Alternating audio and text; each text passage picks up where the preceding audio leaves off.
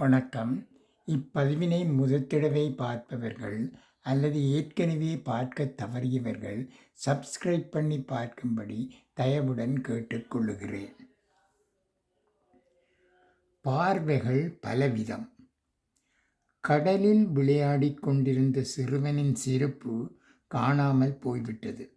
அவன் உடனே கடற்கரையில் எழுதினான், "இந்த கடல் மாபெரும் திருடன்" என்று.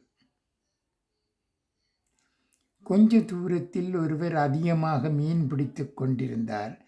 அவர் நினைத்ததை விடவும் அதிகமான மீன்கள் வலையில் சிக்கின. அவர் அந்த கடற்கரையில் எழுதினார், "இக்கடல் பெரும் கொடையாளியப்பா" என்று. அதே கடலில் ஒருவன் நீந்திச் சென்று மூழ்கிவிட்டான்.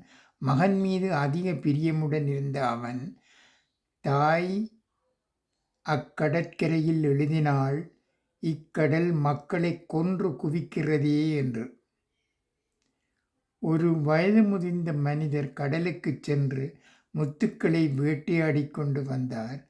அவர் மிக்க மகிழ்ச்சியோடு கடற்கரையில் எழுதினார், "இந்த கடல் ஒன்றே போதும், நான் ஆயுள் முழுக்க மகிழ்ச்சியோடு இருக்கலாம்" என்று.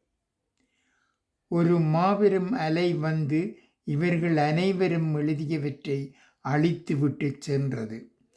பிறர் கூறுவதை காதில் வாங்கிக் கொள்ளாதே.